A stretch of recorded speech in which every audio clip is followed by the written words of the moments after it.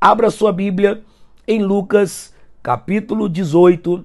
Vamos ler os 8 primeiros versículos deste capítulo, porque aqui está todo o contexto da nossa reflexão nesse momento.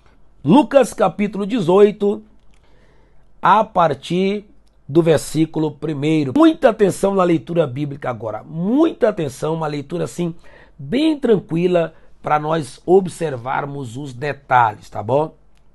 O texto diz: e contou-lhes também uma parábola sobre o dever de orar sempre e nunca desfalecer, dizendo: havia numa cidade um certo juiz, que nem a Deus temia, nem respeitava o homem. Havia também naquela mesma cidade uma certa viúva que ia ter com ele. E ela ia ter com ele dizendo: faze-me justiça contra meu adversário. Em outras traduções, julga minha causa contra o meu adversário. E por algum tempo o juiz não quis atendê-la. Mas depois disse consigo: ainda que não temo a Deus, nem respeito os homens, todavia, como esta viúva me molesta, me importuna, hei de fazer-lhe justiça, para que enfim não volte e me importune muito. Grave essa expressão, me importune muito, tá? E disse o Senhor, que Senhor, o nosso mestre, o nosso Cristo, o Messias, aquele que nos instrui.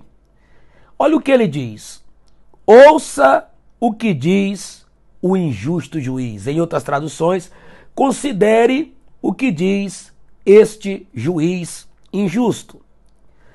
E Deus não fará justiça aos seus escolhidos, que clamam a ele de dia e de noite, ainda que pareça demorado, ainda que tarde para com eles? Digo-vos que depressa lhes fará justiça. Quando, porém, vier o Filho do Homem, porventura encontrará fé na terra? Glória a Deus. Meus queridos, o tema da nossa reflexão está baseado no que está escrito no versículo 6. Considerai o que diz o juiz. Esse texto, toda essa porção das Sagradas Escrituras que nós acabamos de ler, pode se resumir na seguinte frase: a persistência na oração trará justiça. Por isso, não desfaleça, não desanime e mantenha a fé. Esse texto, na verdade, deve ser visto sob a ótica de um contraste entre a postura humana, entre a postura de uma autoridade e a postura do Deus Todo-Poderoso, do Deus vivo e verdadeiro. E nós vamos utilizar todos estes versículos para, enfim, fazer uma reflexão pertinente ao momento que nós estamos vivendo e que, com certeza, vai nos levar a pensar e, sobretudo, nos motivar a continuar confiando que nós estamos no caminho certo, confiando na pessoa certa e esperando somente nele. Vamos então à meditação? Versículo de número 1, o texto sagrado diz o seguinte: e contou-lhes também uma parábola sobre o dever de orar sempre e nunca desfalecer. Veja bem, ao ler o versículo 1, nós temos aqui uma pergunta. Qual o propósito ou quais são os propósitos desta parábola e, sobretudo, dos ensinos de nosso Senhor e Salvador Jesus Cristo através desta parábola? Primeiro, Jesus não está ensinando necessariamente sobre o dever de orar. Isso porque falar de oração para os judeus, falar de oração para os contemporâneos de Jesus, era falar de uma prática costumeira dos judeus e religiosos da época. Então, a ideia de oração para aquele tempo, para aquela época, era algo comum, era algo costumeiro. E Jesus não está querendo ensinar apenas sobre o dever de orar, mas o ensino de Jesus aqui é sobre o dever de orar sempre, continuamente, constantemente. O ensino tem um queira mais, orar continuamente e quando o assunto for oração, jamais desfalecer. Aqui está a nossa primeira reflexão e a primeira lição que podemos exaurir desse texto. E qual seria a lição, pastor Max? Enquanto Jesus está aqui ensinando sobre o dever de orar sempre, continuamente, e de nunca desfalecermos, podemos pegar essas duas expressões de Cristo e trazer para os nossos dias e dizer o seguinte: oramos, oramos sim. Buscamos, buscamos sim. Vez por outra estamos animados sim. Mas é preciso lembrar, é necessário dizer que nem sempre estamos orando e que nem sempre estamos animados, ou por que não dizer, vez por outra estamos desfalecendo. Deixa eu lhe fazer uma pergunta aproveitando esta reflexão. Nesses últimos dias, desde o ano passado, vamos dizer assim, nos 2 últimos anos, 2020 e 2021, você está conseguindo ser constante em orações? Está tendo força suficiente para orar continuamente? Ou você percebe que a prática da oração tem diminuído? Que você muitas vezes não se encontra com força suficiente para estar em oração. Muitas vezes até se dirige ao local da oração. Até lembra que precisa orar, mas é vencido pela falta de vontade, é vencido pela falta de desejo, ou mesmo vencido e vencida por outros afazeres que nos surgem quando o assunto é oração. De fato, isto está acontecendo conosco. Este tempo é tão opressor, este tempo é tão terrível, como colocou um amigo meu nos status hoje do seu WhatsApp, tempos tão sombrios, que é preciso empreender um esforço, é preciso guerrear, batalhar, para nos mantermos em orações constantes, ou em constante oração. Se faz necessário que fique impregnado em nossa mente o que disse o apóstolo Paulo ensinando aos Tessalonicenses: orai sem cessar. E aqui defendemos tanto a prática do orar enquanto caminha, enquanto lava a louça, a roupa, enquanto arruma a casa, enquanto está dirigindo, enquanto está trabalhando, mas também, sobretudo, aqueles momentos que nós separamos, tiramos para estar na presença de Deus. Eu tenho feito isso constantemente. O que, pastor Max? Incentivado e motivado os irmãos e amigos a entenderem o quanto nós precisamos estar lutando para mantermos-nos em oração. Quer sejam 5 minutos, quer sejam 10 minutos, quer sejam até mesmo 3 minutos em oração. Não deixe de orar, não desfaleça, não desanime, persista em oração. Cuidado com o sistema opressor desse tempo que quer nos arrancar da oração. E agora, inclusive, aproveitando a deixa, e eu falo do fato de que as congregações, os templos, estão fechados, e inclusive uma das nomenclaturas dirigidas a um templo, vale lembrar que a esta casa foi dado o seguinte nome: casa de oração. O próprio Jesus vai dizer: a minha casa será chamada casa de oração para todos os povos. E agora querem fechar um dos lugares aonde nós conseguíamos orar um pouco mais. Alguém diz assim: quer orar? Ora em casa. Sim, é verdade, é fato, concordamos. Mas veja bem, orar em casa hoje é um desafio extremo, por conta das ocupações, por conta do entretenimento, por conta de muitas vezes estarmos presos às tecnologias, a jogos, ao WhatsApp, ao Instagram, ao Facebook e tantas outras coisas que nos prendem de fato e roubam de nós as nossas inclinações devocionais, ou seja, aquele tempo que reservamos para orar, para ler a Bíblia, para buscar a Deus. Mas o ensino bíblico é o dever de orar sempre. E não só isso, mas também o dever de nunca esmorecer, de nunca desfalecer. E aí, outra pergunta se encaixa aqui. Você também tem sentido, nesses últimos anos principalmente, dias de desânimos?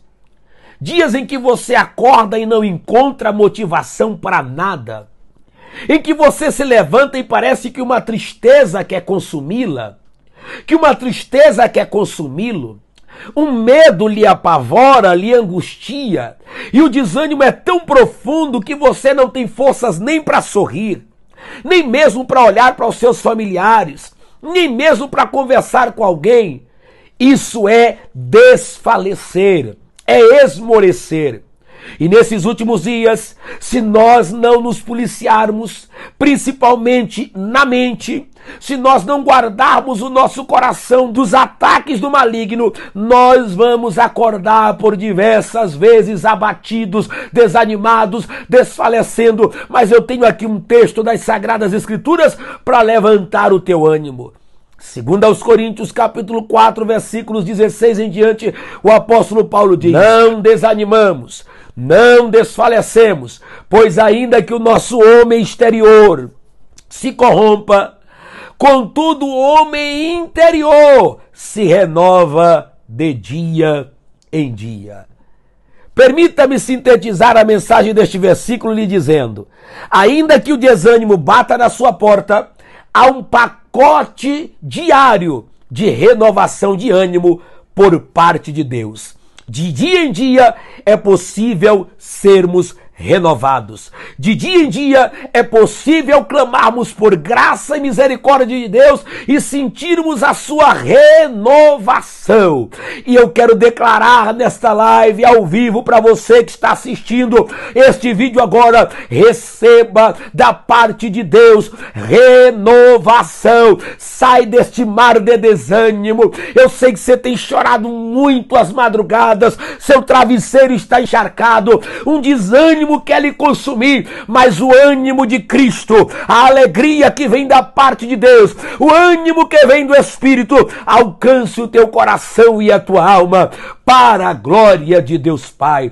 Anima-te, espera no Senhor e anima o teu coração. Então Jesus quer nos ensinar sobre o dever de orarmos sempre e jamais desfalecermos e jamais desanimarmos. Mas um outro fato, quando nós lemos esta parábola, meus amados, é que ao analisarmos o contexto todo da parábola, nós vamos entender também que a ideia de ânimo e perseverança contidas nesse texto, a ideia de ânimo e perseverança não está ligado diretamente às práticas devocionais, tá? Mas trata-se, sobretudo, de nós permanecermos orando e jamais esmorecer, principalmente quando houver uma causa, um propósito ou objetivo específico. Olha para cá, deixa eu falar disso aqui com muita alegria para você. Veja bem, ao observar o contexto da parábola, se nós levarmos em consideração os ensinos e detalhes deste ensino, você vai observar que há uma mulher com uma causa, com um objetivo. Ela tem um alvo em específico. E por este alvo, esta mulher, que daqui a pouco nós vamos falar dela, ela está perseverante, ela está insistente, ela não desanima até alcançar este alvo. Então, visando o contexto deste ensino, quando Jesus diz que nós devemos orar sempre e nunca desanimar, principalmente isso deve estar relacionado, principalmente quando a causa for específica. Quando houver um objetivo, vamos citar aqui um exemplo clássico. Suponhamos que a irmã esteja orando pelo marido não crente, que os pais estejam orando pelo filho desviado. É um objetivo, é um propósito. Então, quando você começar aquele propósito, este ensino serve para lhe dizer: por este propósito, ore continuamente. Eu sinto a presença de Deus aqui, irmãos. E por este propósito, não desanime. Por este propósito, não esmoreça. Por este propósito, não desanime. Perceba, há uma causa específica no texto. Ela quer que sua causa seja julgada e seu adversário seja vingado por aquilo que ela sofreu. Então, por conta de ser algo objetivo, principalmente aquilo que tem um alvo, aquilo que precisa ser alcançado, por isso, ore continuamente e jamais esmoreça, desfaleça. Sabe?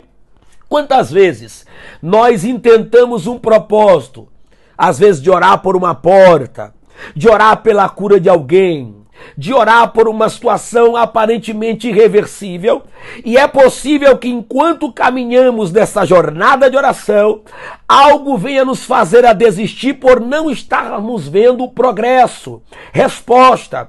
E não só desistir, mas também nos vem o desânimo, nos vem o abatimento. Já orei tanto, já busquei tanto, já pedi tanto por isso que agora vou parar de orar, vou desistir, tô desanimado com relação a isso, mas esta noite, através desta mensagem, não sei que hora você estará assistindo, aos que estão assistindo agora ao vivo, escute o que a palavra de Deus nos ensina. Se você está orando por uma causa, se você está orando por um objetivo, e aqui não me importa saber qual é, porque Deus é que conhece os seus objetivos, pode ser qualquer um deles, mas se você colocou algo diante de Deus, a palavra do Senhor para nós aqui nessa noite é: por esta causa, mesmo que você não esteja vendo sinais e respostas, não desanime. Ore sempre e não desfaleça. Ore sempre e não se abata. Qual é a causa que você tem colocado diante de Deus? É um filho?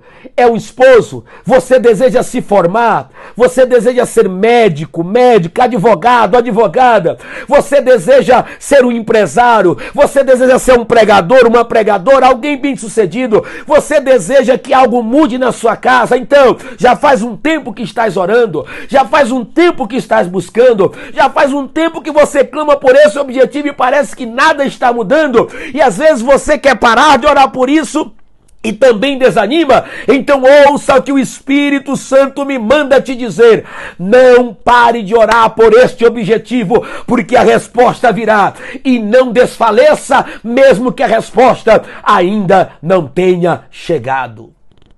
Ânimo e perseverança é para quem acredita que a demora não significa dizer que aquilo não vai acontecer.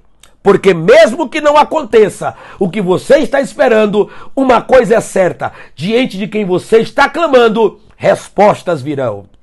Com certeza virão, porque ele não deixa ninguém sem resposta. Está escrito na sua palavra: e ele me invocará e eu lhe responderei. Amém? Então, este é o ensino do versículo 1. Orar sempre. O dever de estarmos sempre em oração, principalmente quando há uma causa específica, e mesmo que as respostas ainda não tenham chegado, não desanimarmos. Pastor, e se o desânimo chegar, pastor Max? E se de repente eu me achar desanimada, desanimado, para baixo, pastor Max? Todos nós sentimos isso. Todos nós passamos. Não há um crente que nunca passou por dias de desânimos, e diga-se passagem, nesse tempo tão sombrio que estamos vivendo, tem hora que de fato o desânimo vem, mas você tem uma fonte de ânimo, você tem uma fonte de alegria, você tem a quem recorrer, e agradeça por isso, porque o mundo lá fora está recorrendo a outros homens e a outras formas de vencer o desânimo, mas nós podemos recorrer à fonte suprema de alegria, ao Cristo que nos anima, que nos renova, que nos alegra. O Deus Todo-Poderoso vai fazer você voltar a sentir um ânimo como nunca mais você tinha sentido em sua vida. O Espírito de Deus fala comigo agora que há muito tempo, mas é há muito tempo mesmo, o ânimo já não era uma realidade na sua vida, mas hoje, aquele ânimo do princípio, de alguns anos atrás, que você sentia, a alegria que você tinha e que nunca mais sentiu, ela volta, ela é restituída, porque o Deus eterno te parou aí na frente deste vídeo para te dizer: anima-te em mim, alegra-te no Senhor. Paulo repetiu: outra vez vos digo, alegrai-vos sempre no Senhor. O teu ânimo, a tua alegria vem da parte de Deus. Você pode dizer amém e dizer glória a Deus por isso? Vamos continuar então meditando. Para encerrar o versículo 1, poderíamos parafraseá-lo da seguinte maneira: tenho uma causa a ser julgada e um adversário a ser vencido. Não posso deixar de orar por este motivo e nem desanimar por não ver a resposta. E aí, qual é a sua causa? Quais são as nossas causas? Eu acredito que no momento nós temos uma causa primordial, importantíssima, a continuarmos perseverando. Então não desanime na oração. Eu sei que desde quando começou a pandemia, nós estamos orando, clamando, buscando, e aí muitas vezes a gente se pega pensando: meu Deus, ainda tem gente morrendo, meu Deus, a doença ainda está aí, meu Deus, ainda é tanta coisa. Senhor, o Senhor não está nos ouvindo? Daqui a pouco nós vamos ver isso com mais detalhe. Senhor, o Senhor não vai nos responder? Calma, não desista de orar e nem desanime, porque ouvindo Ele está, e eu tenho certeza, e vou lhe provar isso daqui a pouquinho, amém? Vamos continuar então nos versículos 2 e 3. Nos versículos 2 e 3, nós vamos observar quais são as personagens usadas por Jesus nesta parábola. Porque quem vai nos ensinar é Cristo, mas ele vai usar personagens para que essa parábola, para que essa ilustração, para que esse comparativo possa ser a ferramenta através da qual ele nos ensine as coisas maravilhosas que só ele tem para nos ensinar. Olha o que diz os versículos 3. Dizendo, versículos 2 e 3. Havia numa cidade um certo juiz que nem a Deus temia e nem respeitava o homem. Na mesma cidade também havia uma certa viúva que ia ter com ele, dizendo: faze-me justiça contra o meu adversário. Glória a Deus. Veja bem, antes de nós aprendermos com o juiz, vamos aprender sobre o juiz. E antes de aprendermos com a viúva, vamos aprendermos sobre a viúva. Vamos começar aprendendo sobre o juiz. Algumas características se destacam na personalidade deste juiz. A primeira, o texto diz que, embora fosse um juiz, uma autoridade, ele não temia a Deus. Se parece com alguma coisa que você tem visto nos últimos dias? Se parece com algo que a gente tem escutado, contemplado e assistido? Mas vamos lá. Primeiro, um juiz que não teme a Deus. Segundo, um juiz que não respeita ao próximo, ao seu semelhante, a homem algum, a qualquer pessoa. Ele não respeita a ninguém, ok? Terceiro, um juiz que era injusto. Essas três características marcam a personalidade deste homem nesta passagem. Primeiro, não teme a Deus. Segundo, não respeita aos homens. Terceiro, era injusto, como nos diz o versículo de número 7. Aliás, versículo de número 6. E aí, quando a gente soma tudo isso, podemos afirmar categoricamente que esse juiz sentia-se independente e superior a todos. Ora, queridos, um homem investido de autoridade. Um homem que por vezes via as pessoas dependendo dele para julgarem suas causas e poderem ser livradas. Um homem que não temia a Deus. Um homem que qualquer pessoa que chegasse, mesmo que tivesse dinheiro, ele não respeitava. Obviamente, logicamente, que esse homem se sentia independente e, sobretudo, superior a todas as pessoas.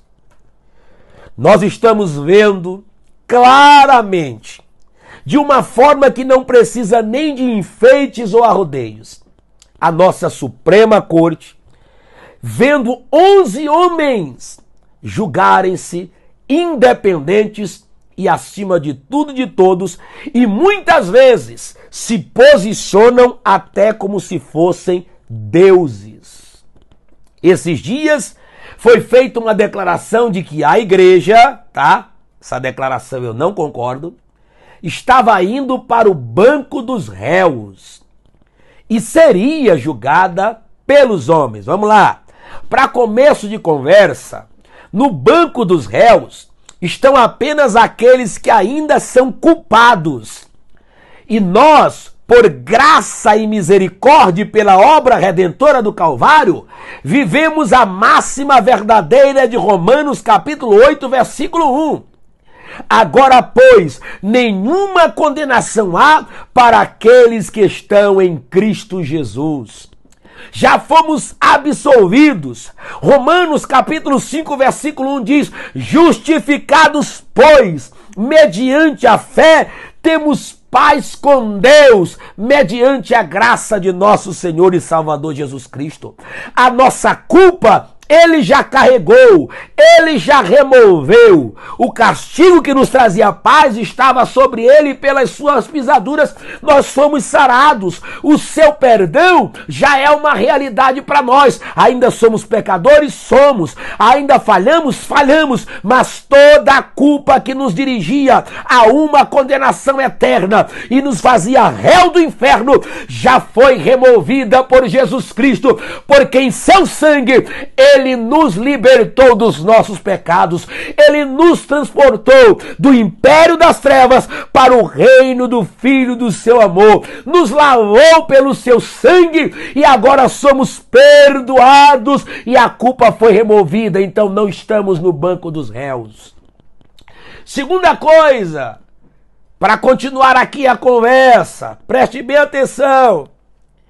O que foi para julgamento foi o fato de que se aqueles homens poderiam não, por meio da caneta, fazerem com que decretos nos impedissem de sair de casa para ir aos templos que foram construídos com o propósito de congregar o povo de Deus para a adoração. Era isso que estava sendo julgado. E infelizmente, e para a tristeza deles, porque a tristeza deles, se não se arrependerem, será permanente, e a nossa apenas temporária. Repito, porque isso aqui é profecia. A nossa apenas temporária. Eles concordaram, e de uma forma até contraditória às leis, e de uma forma até a rasgar a nossa Constituição, que não quero aqui entrar em detalhes, porque meu assunto aqui não é político, é bíblico. Mas eles foram contra as leis legais e determinaram o fechamento das igrejas, trazendo assim prejuízos espirituais, prejuízos de vida para muita gente. E essa conta chegará. Repito, essa conta será paga porque o justo juiz está vendo tudo. Então, queridos, não é coisa de agora ter homens investidos de poder e autoridade que não temem a Deus, que não respeitam aos homens, que se acham independentes e que passam por cima de qualquer pessoa sendo injustos. Era aquele juiz, era aquele homem não temente, irresponsável com o próximo e ainda fazia, sabe o quê? Se sentia um tal. Imagine só este homem assentado na sua cadeira de magistrado. Imagine só esse homem, quando a multidão do lado de fora daquela tenda, era mais ou menos isso que acontecia, ele chegava para trabalhar ali no seu tribunal, na sua tenda, e as pessoas ficavam gritando, cercando, querendo que suas causas fossem julgadas, e agora ele se sentia o tal, porque as pessoas vinham até ele. Escute bem, este juiz injusto, que aqui é apresentado nesta parábola, isso está na Bíblia, leia Lucas 18. Ele apresenta características semelhantes às características que há nos homens do tempo presente, em grande parte deles, e nem precisa ter o título de juiz. Quanta gente que não teme a Deus, quanta gente que não respeita o seu semelhante, quanta gente que é injusta e quanta gente que se acha independente, que não depende de ninguém, de nem de nada e se acha acima de tudo e de todos. Às vezes por ter um veículo novo, às vezes por morar numa casa boa, às vezes por ganhar um bom salário. Não, meus amados, todos nós somos homens semelhantes, pó e cinza. Só há um Deus, o Todo-Poderoso, e ninguém é maior ou está acima dele, e ele é poderoso para exaltar o homem, mas também para abatê-lo, e é isso que nós veremos com os nossos olhos, é isso que nós contemplaremos. Mas olha, agora vamos conhecer um pouquinho da viúva. Quem era essa viúva? Vamos aprender algo sobre ela? Como eram as viúvas, ou o que saber sobre as viúvas nos tempos de Jesus? Vamos lá. Primeiro, as viúvas daquela época muitas vezes eram esquecidas. Ninguém estava nem aí para as viúvas, ó. Tanto que você vai ver no livro histórico de Atos que há uma demanda, há um problema por causa das viúvas que estavam sendo esquecidas. Também as viúvas, muitas vezes quando o marido morria, não tinha deixado descendência, não tinham filho. O que acontece? Elas ficavam totalmente inseguras e sem proteção nenhuma, porque eram apenas elas, e às vezes sem uma parentela por perto. Então, eram pessoas indefesas, inseguras e sem nenhuma proteção. Assim eram as viúvas. Também eram desprezadas. Ninguém dava atenção. Muitas pessoas desprezavam as viúvas naquela época. No entanto, tanto no Antigo Testamento quanto no Novo, Deus sempre ordenou assistência às viúvas. Hoje chamariam essa classe de minorias. E Deus sempre se preocupou com o órfão, com os pobres, com as viúvas e com os estrangeiros. Pessoas a quem ele desejava que fossem acolhidas, abraçadas e cuidadas. Nós não vamos aqui citar textos como em Êxodo, como em 1 Timóteo capítulo de número 5. Então as viúvas viviam nesse contexto naquela época. E esta viúva, mesmo sendo indefesa, esquecida, insegura e desprezada, ela acreditava em justiça sendo feita. Opa! Que lição maravilhosa, irmão José Eduardo! Ela acreditava que sua causa poderia ser julgada. Ela acreditava em justiça sendo feita. E o que ela faz? Vai até alguém que julgue a sua causa. Outra coisa, aquela viúva era uma mulher perseverante e corajosa.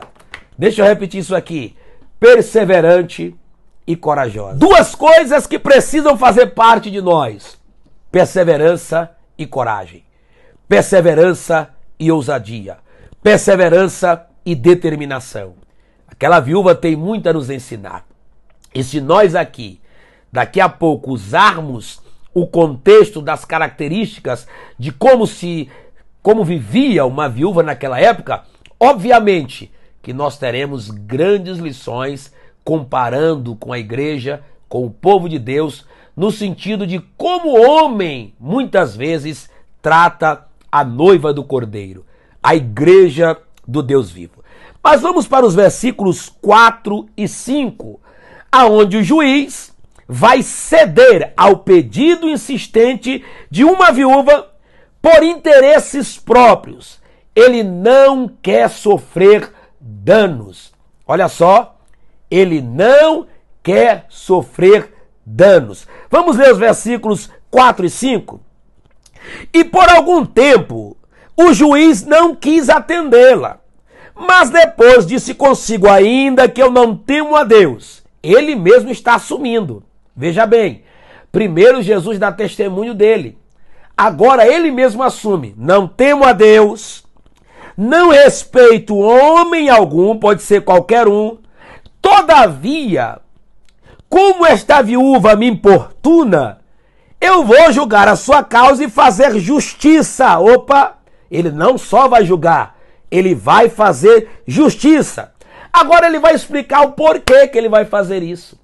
Olha só o que ele vai dizer: para que enfim ela não fique voltando aqui e me importune muito. Olha aqui, olha para cá, veja bem. Quando nós lemos principalmente a última frase do versículo 5, não me importune muito, algo interessante é encontrado quando a gente consulta esta passagem nos seus originais.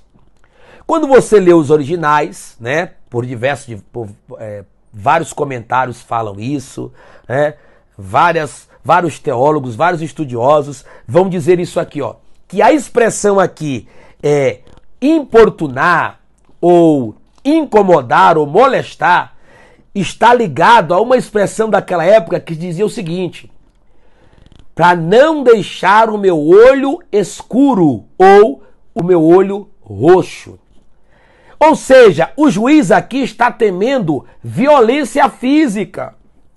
Ele está dizendo mais ou menos: rapaz, se eu não julgar a causa dessa mulher tão insistente, que todos os dias, no horário marcado, ela vem aqui, no horário certo, para ficar me importunando, essa mulher vai chegar a um ponto de tentar agir da violência, me esbofetear, me bater e me deixar com o olho roxo, com o olho escuro. Então ele temia sofrer danos físicos, temia prejuízos próprios. Então ele não está julgando a causa porque era justo.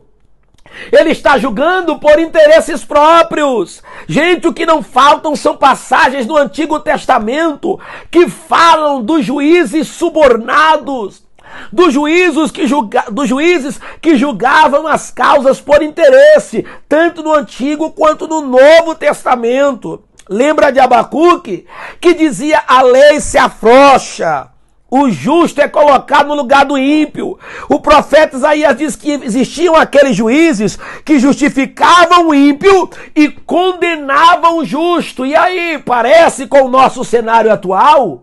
Claro que parece. O certo está virando errado, e o errado está virando certo, e não nos dão resposta. Prende-se homens de bem, mesmo que tenham suas falhas, e soltam-se pessoas que trazem prejuízos à sociedade por viverem uma vida criminosa. Ou seja, a lei está afrouxada, o julgamento é injusto, mas só é injusto por conta de interesses próprios. Meus irmãos, não nos enganemos. Os homens estão fazendo as coisas buscando os seus próprios interesses. Lembre do que Paulo dizia em 2 Timóteo capítulo 3. Homens egoístas, amantes de si mesmos, soberbos, presunçosos, desafeiçoados, jactanciosos, gente que por causa de seus interesses próprios, sua proteção, sua segurança, seu bem-estar, seu bem viver, era injusto. E esse não é um tempo para praticarmos injustiças. Pelo contrário, esse é um tempo para nós sermos simples, humildes e fazermos a coisa certa. Veja bem, como ele é injusto, como ele é ímpio, desrespeitoso, a sentença que ele vai dar está sendo dada por interesse. O que você acha da sentença que saiu contra a abertura ou fechamento das igrejas? Houve alguma justificativa? Existe algo que nos convença a não ser uma perseguição desencadeada? Existe algo que nos convença a não ser o inimigo, o diabo, que está por trás das mentes em trevas, que agora se utiliza desse momento para tentar frear-nos e parar-nos, mas daqui a pouco tem boa notícia com relação a isso. Ora, meus amados, até uma criança percebe a sutileza, a malignidade dos homens tentando frear a igreja e por diversos motivos. Motivos que lhes trazem prejuízos, mas que é lucro para a sociedade. Aquele homem está julgando de forma injusta, porque está buscando seus próprios interesses. Vamos prosseguir? Versículos 6 a 8. Vamos ler os versículos 6 a 8? Pegue a sua Bíblia. E disse o Senhor: ouvi o que diz o injusto juiz. A partir de agora, o ensino vai ser desvendado, porque Cristo nos remete, nos leva a considerar, a pensar, a refletir nas expressões ou nas falas daquele injusto juiz. Porque haverá um contraste entre o juiz injusto e o verdadeiro e justo juiz. Do que as expressões e falas deste juiz vão nos servir? Primeiro, só vamos entender melhor ainda, viu? Se nós parafrasearmos de forma a deixar de forma mais clara o que Jesus está pedindo para nós considerarmos. Poderíamos dizer o seguinte, parafraseando o que aquele juiz está dizendo. Olha o que ele está dizendo. Sou injusto, não temo a Deus, não respeito homem algum. No entanto, julgarei a causa da desprezível viúva por causa de sua persistência. Vamos lá? Sou injusto, viu? Não temo homem algum e nem temo a Deus, não respeito ninguém.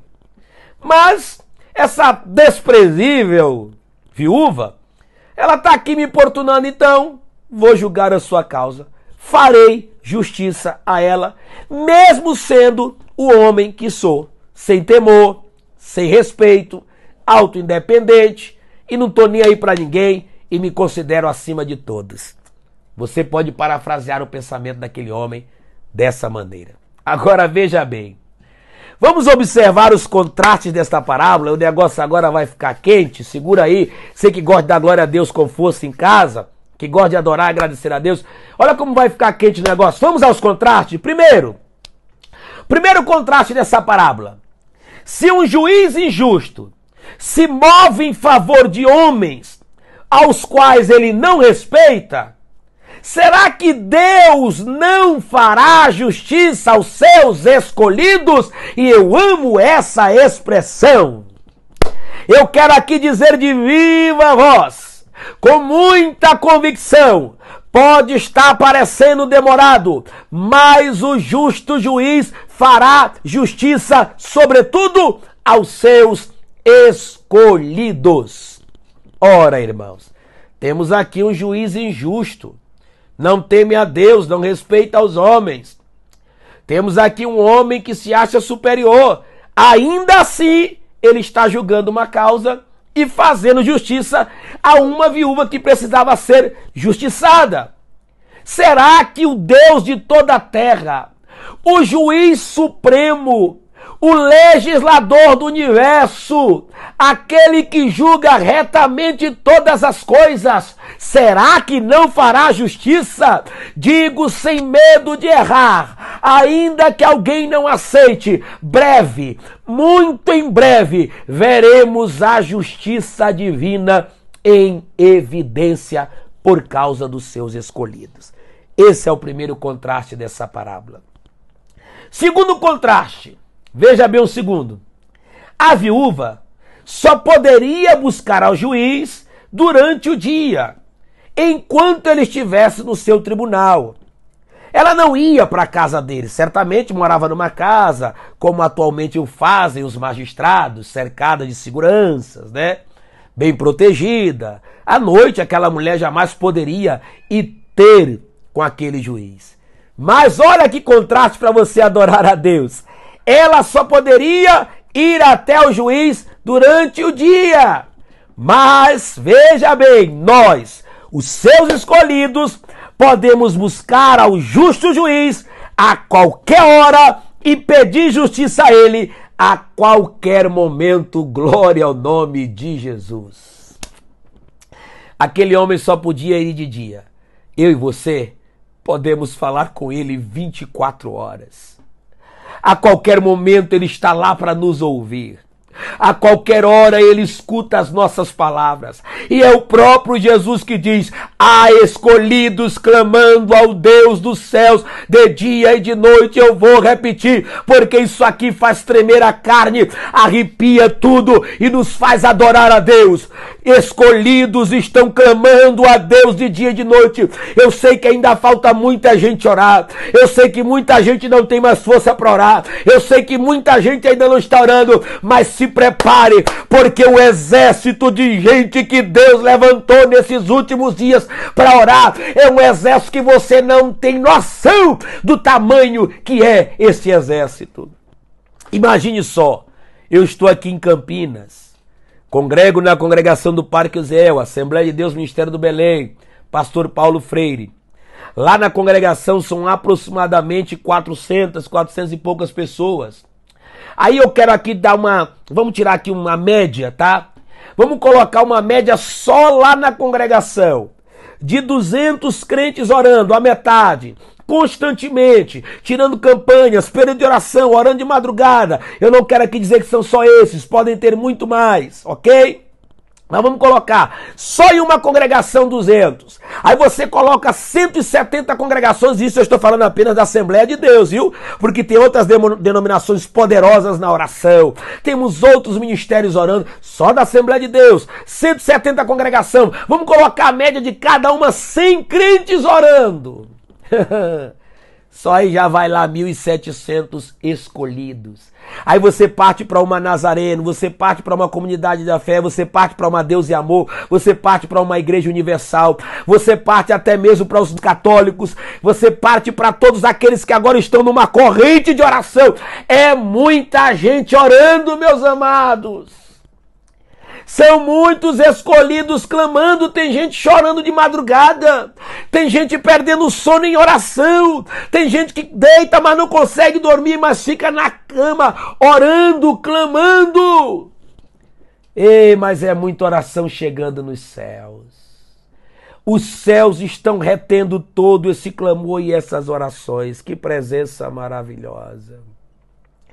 Permita-me alguns segundos adorando ao Deus que ouve oração.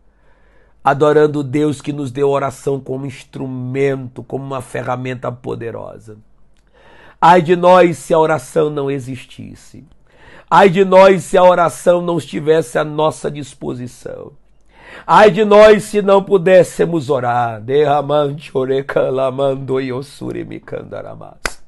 É por isso que na autoridade do nome de Jesus, eu declaro que o Espírito Santo de Deus dará a cada um dos que assistirem este vídeo forças para viverem em constante oração, porque alguns só podem chegar aos juízes terrenos durante um determinado horário. A igreja, os escolhidos, podem ir a ele de dia e de noite, constantemente, 24 horas por dia. Ora, uma viúva clamou apenas em um período do dia e foi ouvida. Será que nós, escolhidos, igreja, cristãos, servos, filhos, filhas, tementes a Deus, que estamos clamando a Ele de dia e de noite, será que não seremos ouvidos? E eu não falo aqui de orações de fachada. Eu não falo aqui, irmãos, de coisa apenas midiática. Eu não falo aqui de coisas que têm o intuito apenas de promover a ascendência de sua própria imagem. De gente que se usa da internet, usa da máquina, usa das câmeras para promover a sua imagem, para ficar conhecido. Usa a máquina para se envolver com gente que deixe ela ou ele conhecido. Eu estou falando de oração mesmo. de clamor, não estou falando de coisa técnica, de coisa forjada, de coisa maquiada, de coisa perfumada. Eu estou falando de lágrimas, de grito, eu estou falando de clamor verdadeiro, de gente sincera, de gente dizendo: Deus faz justiça, Deus faz justiça, Deus vai aos hospitais, Deus faz coisas. E tem muita gente fazendo isso. Falando da nossa denominação, na nossa igreja há centenas e milhares de crentes que estão clamando a Ele de dia e de noite. Há trabalhos, há programas de oração. Eu estou falando de outras igrejas, tem tanto. Se você vai acompanhar as igrejas que têm acesso à internet, às redes, às plataformas digitais, o que tem de igreja fazendo vigília de oração todo dia, gente orando todo dia, oração da madrugada, oração no WhatsApp, oração no Instagram, é muita oração, e essas orações estão chegando diante do justo juiz, assim como a persistência dos pedidos daquela viúva chegaram àquele juiz injusto que julgou a sua causa. Eis o contraste. Terceiro contraste, escute isso aqui lindo para você dar glória a Deus. Diz o texto que por algum tempo o juiz injusto não deu ouvidos à insistência da viúva. Por algum tempo não ouviu, não deu ouvidos, né? A mesma coisa faz Deus conosco. Só que de uma forma um pouco diferenciada. Isso aqui é lindo, escute. Você que está esperando a resposta de Deus, escute.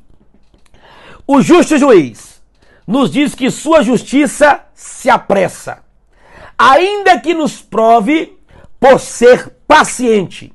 Logo sua justiça se manifestará. Escuta aqui, meu amigo. Olha o que diz o texto. E Deus não fará justiça aos seus escolhidos, que clamam a Ele de dia e de noite, ainda que pareça demorado para com eles ou pareça tardio para com eles. Veja bem, Salmo 90, versículo 4, você pode ler comigo? Salmo 90, versículo 4. Leia aí, escreva alguém aí para mim, Salmo 90, versículo 4. Olha só o que de forma poética o salmista diz. Mas também sendo uma verdade, e nós vamos provar essa verdade. Porque 1000 anos são aos teus olhos como o dia de ontem que passou e como a vigília da noite. Vou repetir. Porque 1000 anos são aos teus olhos como o dia de ontem que passou e como a vigília da noite. Pedro, o apóstolo, vai repetir isso dizendo: não retarda o Senhor a sua promessa, como alguns a têm por tardia, por demorada. Pelo contrário, ele é longânimo para com todos, não querendo que ninguém se perca. Mas não ignoreis, irmãos, que para o Senhor um dia é como 1000 anos, e 1000 anos como um dia. Não retarda o Senhor a sua promessa. Gente, para nós parece estar demorado, mas nós estamos presos e limitados ao tempo por causa do pecado. Nós calculamos tempo, nós contamos dias, horas, minutos e segundos. Nós sabemos porque estamos presos dentro do Cronos. Mas Deus não está preso ao Cronos, ao tempo. Pelo contrário, para Ele, 1000 anos é como o dia de ontem que se passou, ou mesmo a vigília da madrugada. Então a promessa dele não está sendo demorada. Ele está agindo de forma paciente, precisa, e na hora certa os nossos olhos verão a justiça divina. Você crê? Se creres, verás a glória de Deus.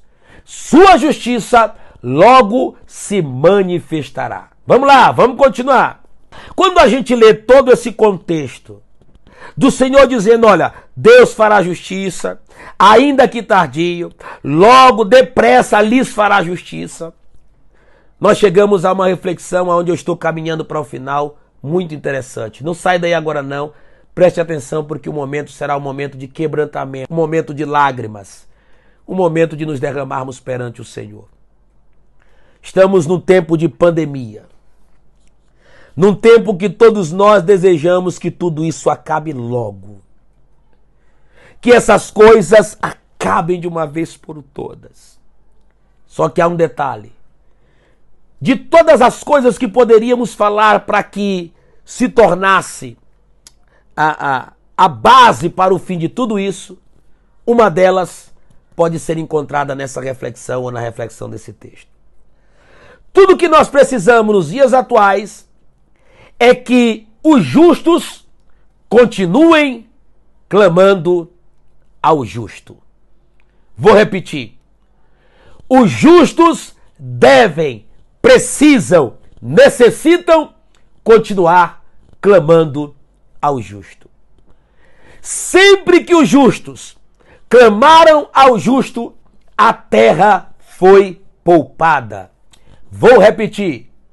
Sempre que os justos, justificados pelo próprio Deus, por seu Filho Jesus Cristo, clamaram ao justo, a terra foi poupada.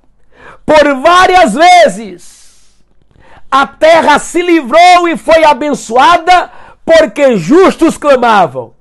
E quando a terra não era abençoada, Deus trazia juízo e punia os ímpios injustos que não davam atenção à sua palavra. Poderíamos lembrar aqui de Abraão, o nosso pai na fé. Quando foi informado pelo próprio Deus que Deus estava descendo para destruir duas cidades, Sodoma e Gomorra, Deus revela a Abraão que isso estava para acontecer por causa da malícia e do pecado, por causa da injustiça e da depravação. Diz a Bíblia que Abraão se detém na presença de Deus e faz uma pergunta que nos gera esperanças em alto nível. Em alto nível, qual é a pergunta, pastor Max? Destruirás tu o justo com o ímpio?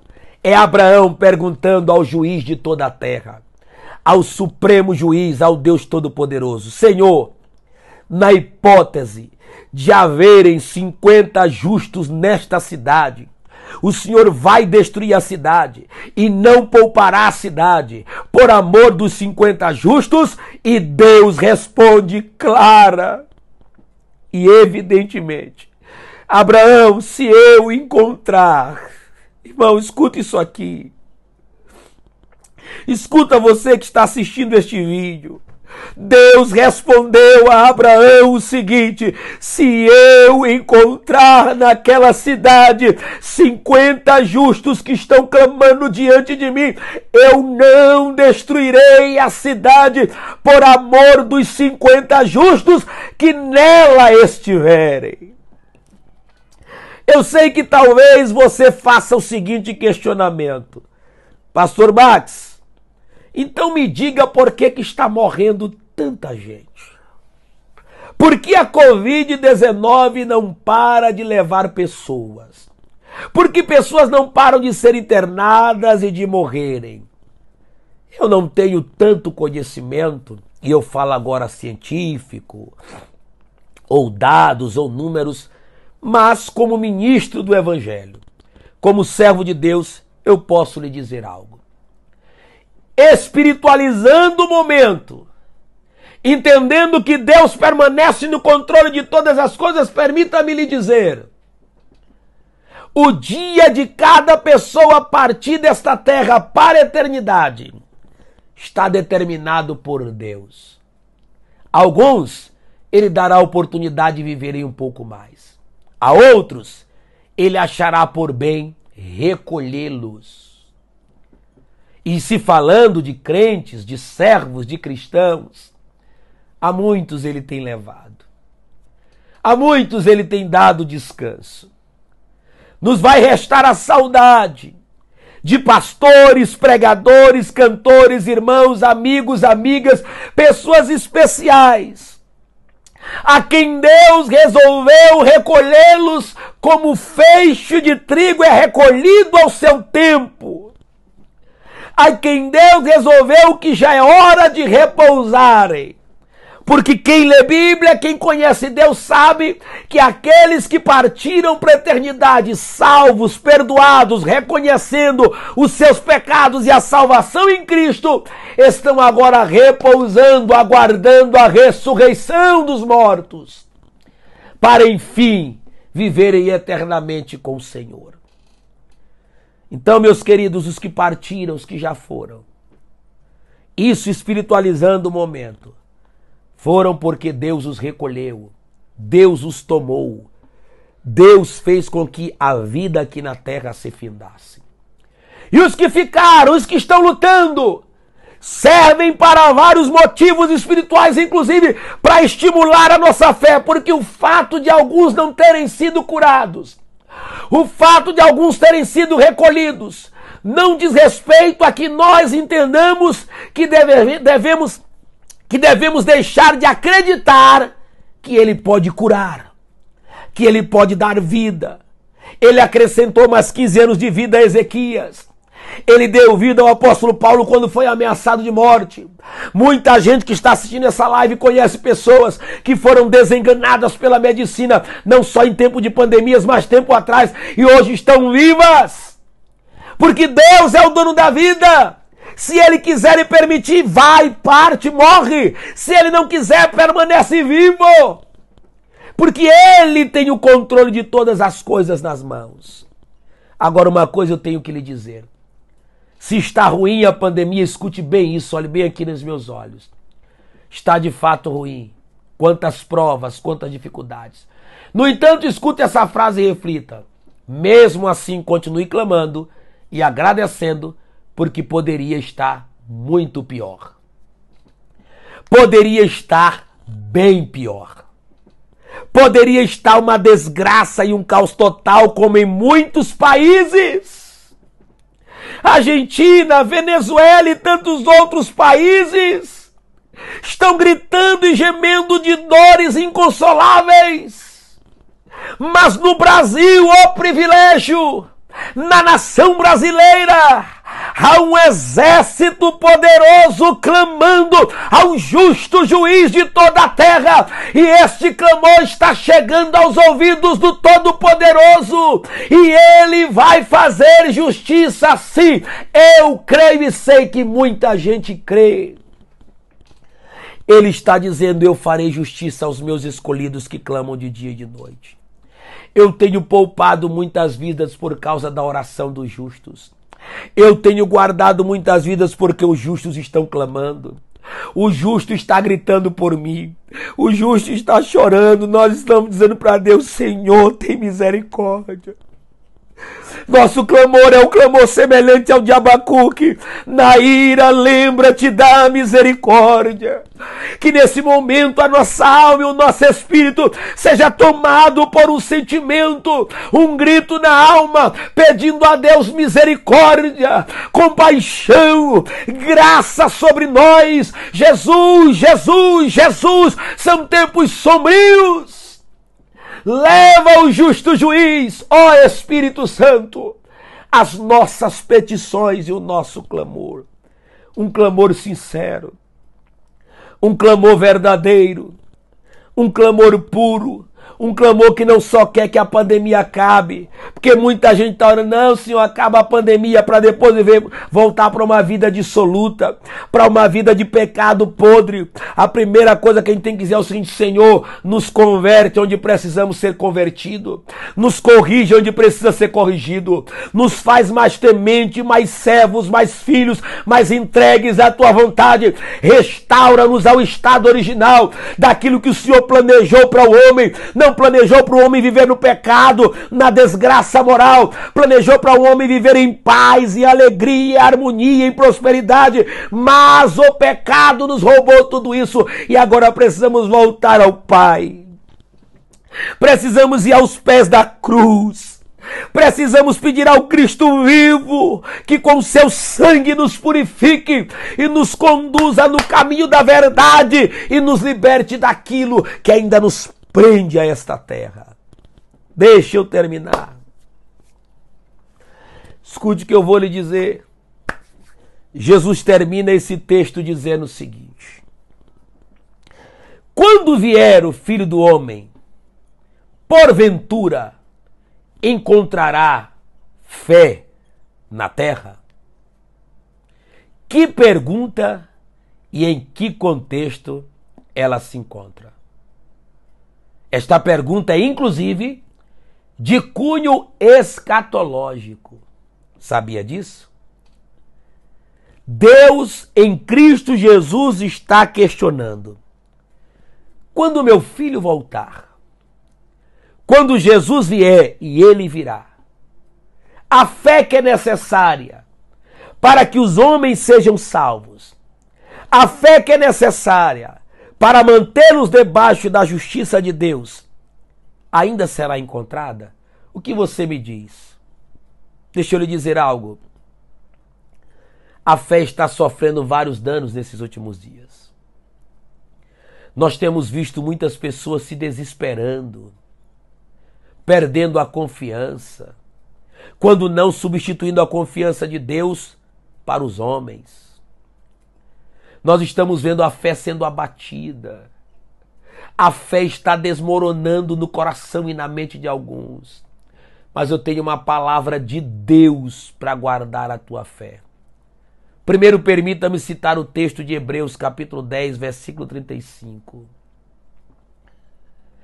Retenhamos firmes a confissão de nossa esperança, porque fiel é aquele que prometeu. Porém, com efeito, vós tendes necessidade de perseverança, para que depois de haver desfeito a vontade de Deus, possais alcançar a promessa. Porque dentro de um poucochinho de tempo, aquele que há de vir virá e não tardará. Todavia, o meu justo viverá pela fé. E se ele retroceder, a minha alma não tem prazer nele. Nós, porém, não somos daqueles que retrocedem, diz o texto sagrado. Somos, porém, daqueles que perseveram para a conservação da nossa alma. Persevere na fé. E finalizo lendo o texto de Judas. Abra sua Bíblia. Capítulo, aliás, não tem capítulo, Judas, versículo 14 em diante. Escute isso aqui, eu preciso ler. E enquanto leio, vá sentindo graça, renove o toque de Deus, seja curado, seja restaurado, sua fé seja edificada. E destes profetizou também Enoque, o sétimo depois de Adão, dizendo: eis que é vindo o Senhor com milhares de seus santos, para fazer juízo contra todos e condenar dentre eles todos os ímpios, por todas as suas obras de impiedade que impiamente cometeram e por todas as duras palavras que ímpios pecadores disseram contra ele. Estes são murmuradores, queixosos de sua sorte, andando segundo as suas concupiscências, e cuja boca diz coisas muito arrogantes, admirando as pessoas por causa do interesse. Mas vós, amados, lembrai-vos das palavras que vos foram preditas pelos apóstolos de nosso Senhor Jesus Cristo, os quais vos diziam que nos últimos tempos haveriam escarnecedores que andariam segundo as suas ímpias concupiscências. Estes são os que a si mesmos se separam, sensuais, que não têm o Espírito de Deus.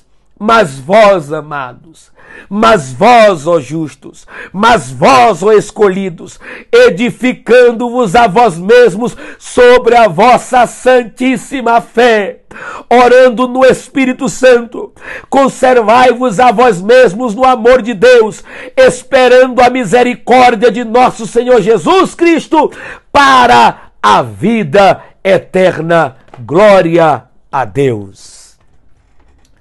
Que Deus os abençoe, que Deus os guarde, que Deus os ajude a perseverar na fé.